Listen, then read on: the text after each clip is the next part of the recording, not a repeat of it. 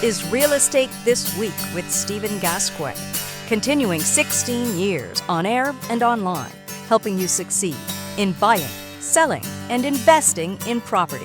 The best real estate strategies out there just for you. Welcome to Real Estate This Week.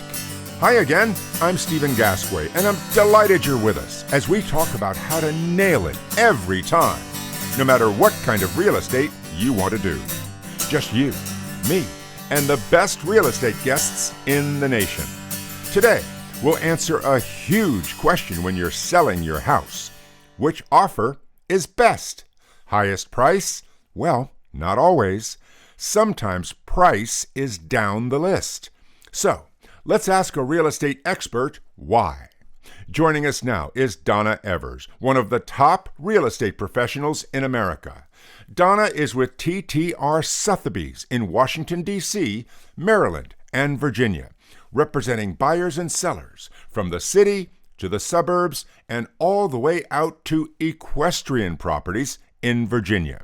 And her real estate career spans more than 40 years. Donna, welcome to Real Estate This Week. Thank you, Stephen. I'm glad to be here. I am so glad you're with us. And so, Donna, first of all, how's business in the greater Washington, D.C. area? Business is great. And, we've had several years of greatness here in terms of sales and also prices increasing in value.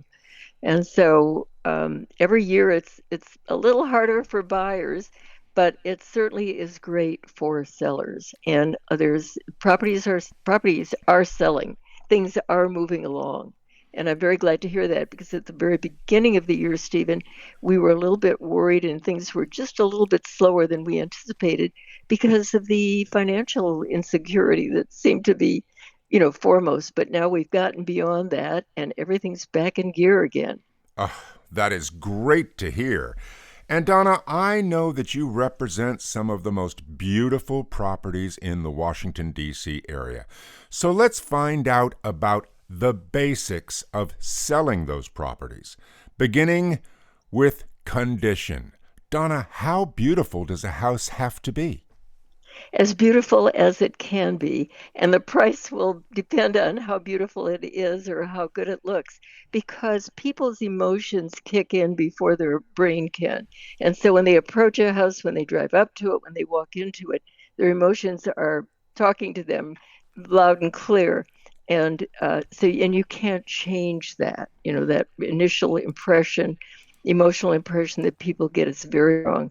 And we want it to continue to be very positive as they walk through the house. And that's why we are doing so much work in preparing properties for market, getting them to look as good as they possibly can look. I see. And Donna, also, I know you follow the market very closely, so you'll pretty much know what to recommend that the seller asks for their listing price. But what other data do you use to determine that perfect price? Well, we look at what else has sold, obviously, recently in the area that are what we call comparables for that particular property. And then we use that as a way to determine what it's going to be priced at. And then if it does need changes to be made, painting and things like that, how much is going to be done is going to enter into how we decide what the price can be in the end. And I certainly do count on my colleagues to help, because two sets of eyes are better than one. And when you get a small group of people who really know the market, it's invaluable as far as establishing price. I see. And Donna, I bet you've had this experience before. You say to a seller, "We believe that based on the market data, your house should sell at, say, $800,000. And then the seller says to you, "Great, let's ask $1 million." Yes, you have to explain that very carefully, because it seems to go against what people are sort of trained to think, that if you ask a higher price, people will come up to it, or you've got more negotiating room. But in this market where we've got an extreme shortage of product compared to the number of buyers, it's important to price it very fairly. And then everybody rushes in because they think and they see what is a good value. Look, this price is beautiful and it's only priced at X. And so they all want to, more than one person wants to buy it. You can imagine, Stephen, if you have more than one buyer for a property, it changes the grid completely. Interesting. So let me ask you about that, Donna. If a home in the greater DC area is in great shape and it's priced right, how long before you get offers and how many do you expect? I would expect more than one. And, location, of course, is the main thing. And how it looks, how it shows, how it's priced, all those things are great. And then I would expect more than one if it's priced correctly and shows beautifully. And definitely, and then when sellers can get more than one offer, as I mentioned, it changes the game completely, and they have a lot more control over how this is all going to end up. So you will get in touch with your sellers and say, we have offers. Now, if they come in immediately, will a seller think, oh, we should have asked more? No, because everything happens pretty immediately these days if a property is priced correctly. And that's only because, Stephen, we have more buyers than we have sellers. We're still in that kind of situation. I see.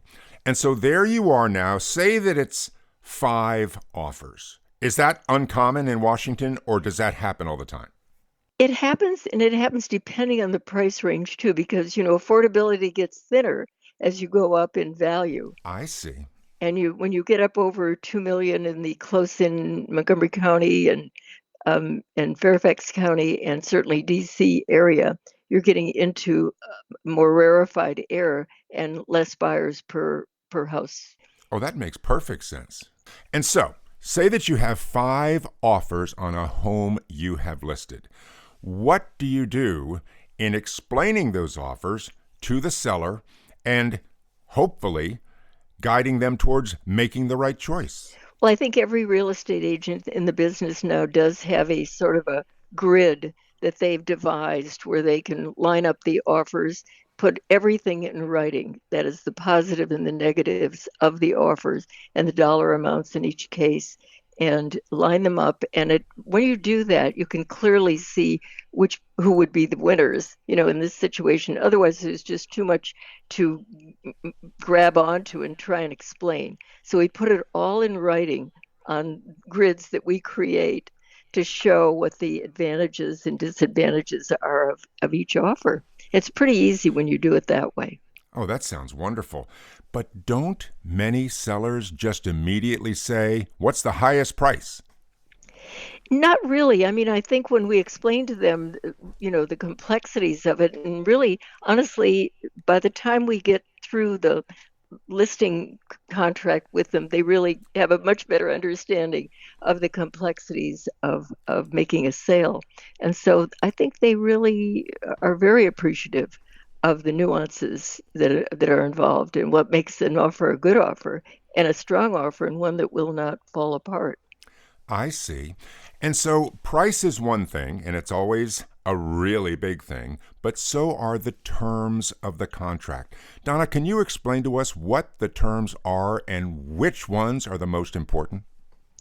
Well, yes, if something is a sure thing, that's got to be a good contract, right? And so the less contingencies we have, the happier we're going to be, and the safer the seller is going to be. So if someone can come in with no contingencies, and this does happen, Stephen, in this competitive marketplace, that is, they have the cash to buy the property. They don't have to make it contingent in any way upon a loan. They have already done a pre-inspection of the property, so they know what they are getting in terms of the physical house. And they are ready to go to the closing when it's convenient for the seller. So the more you want the property and the more competition there is, you've got to make this the nicest offer there is so that the seller has everything going for them. And this is how these are the people who are winning the competitive situations. Excellent. And Donna, what about a buyer who comes in and asks the seller to pay their agent. We know the rules have changed. Has that come into play at all in your market? It has. I mean, I think everybody is so used to doing it the way we've done it for years and years that it's kind of still going on that way. We just have to explain to everybody the changes and the nuances and to understand, the change in the fact that it has to be expressed in a different way within the contract. But we've sort of come up with forms that are useful and instructive and everybody can understand what's going on.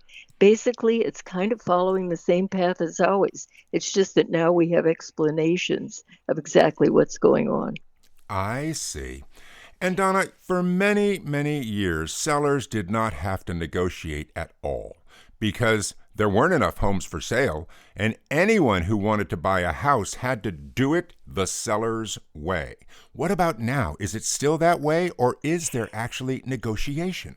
It's still that way, and it won't stay that way forever, but this is all dependent upon how much product is there and how many buyers are there.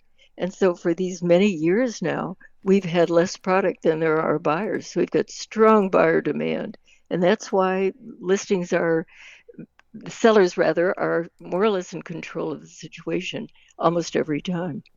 I see. And so let's talk about some more of the specifics of the actual offer. What about inclusions and exclusions? Do buyers ever want more than they really should get? Not in this market. Again, Stephen, you can imagine the buyers want to make their offer look as attractive as possible.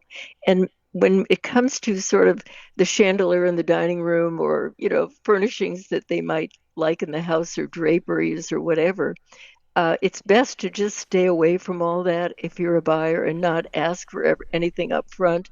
And perhaps later on you can say, gee, we'd really like to buy the draperies from you or something like that.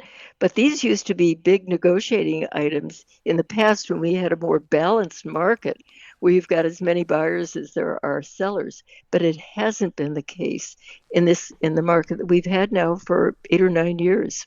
And Donna, now let me ask you this.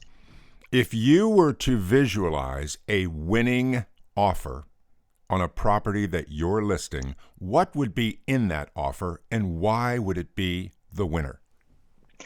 It would be the winner if there are the least complications and the highest price.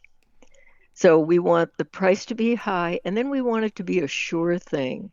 So if there are contingencies along with that high price, you have to evaluate the risk level that the seller is accepting. And really, if we're representing the seller, we don't want any risks. And we want the highest price possible. So it's a matter of price and quality in terms of the risks that the seller does not have to take. This is what we're going to be evaluating every time. Oh, that's wonderful.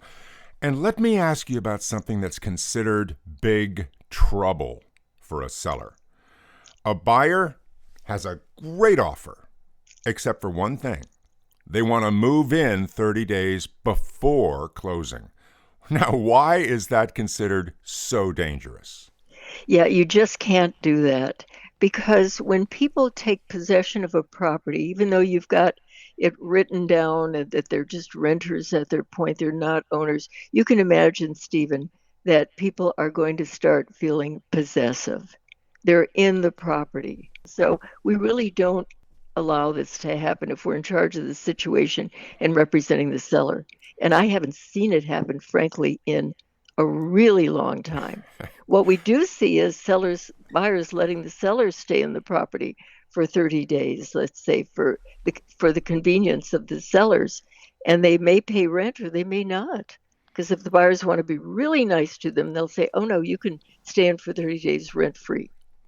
Oh, that raises a really good point, Donna, because for years we've been hearing that a seller can sell their house fast, but finding their next one might take longer. Right. So Right. Does that accommodate a seller to the point that they might select that offer? Well, if they need to stay in the house for any reason, it's going to be a pretty big thing. Uh, and sometimes even though the buyer doesn't know all these particulars when they sort of make their offer. If the seller comes back and says, we'll take your offer, but we really want to stay in the house for 30 days beyond closing, and we have forms for that, just for everybody's sake, safety's sake, of the terms and so on with which they're going to stay in the property. And if the buyers find out about that and they really want the property, they're going to say, sure, you can do that. Because there's less danger involved in the seller just staying where they've always lived than letting a buyer move in before they actually own the property. And another question about multiple offers. Obviously, the seller can only pick one. Recently, Donna, have you had the experience where the second or third offer comes to you and says, look, if the first one falls apart, we'd like to register this as a backup offer? Yes, and it's not so much registering it as the backup offer, it's the seller's decision as to whether they want to take a backup or not. And the reason they would is if there's anything that is at all a question in the primary offer that they accept that would make them think, gee, I'd feel a little bit better if I had a backup offer in place. It's not happening that often, Stephen, because the primary offers that people are accepting are so good. You really don't need a backup for it in most cases. Oh, that's wonderful. And Donna, let's wrap it up with one of the happiest moments of all. Tell us about closing day with your sellers after a really good transaction. Well, they feel great, when they sign the contract, frankly, because most of the time it's kind of over then. It's a pretty much sure thing in terms of their the thing going through and going all the way to settlement. And yes, they are happy about it, and they feel good all the way along. And there's so much more peace of mind when you really don't have any question marks. It's all settled as soon as they sign the offer because the buyers are willing to be so accommodating in most cases. Absolutely. And Donna, anything else you'd like to share with us about successfully selling your house in this market? Yeah, I think sellers are getting pretty good about everything, and they really understand. You would think, in a market like this, well, gee, I can sell it myself. The market is so hot. But it doesn't really work that way. And I think so getting a really great agent and sort of, establishing rapport with the person you're going to be working with, and then kind of listen to them and and if you've got any questions, this is for sellers now, for heaven's sake, put it on the table. There's no such thing as a bad question because we want sellers to feel completely relaxed about what they're doing and that they know they're doing the right thing as they move along.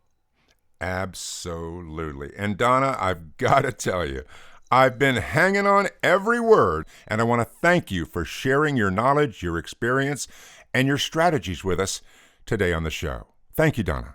Thank you, Stephen. Certainly. Anytime. You're very welcome. Donna Evers with TTR Sotheby's in Washington, D.C., Maryland, and Virginia, representing buyers and sellers for more than 40 years. Next time on Real Estate This Week, the 50-year mortgage. Just a plan so far to help more people buy a house. It promises lower monthly payments, but paying mortgage interest for a half century? The 50-year mortgage is next on Real Estate This Week. And until then, I'm Stephen Gasque, and thank you for listening.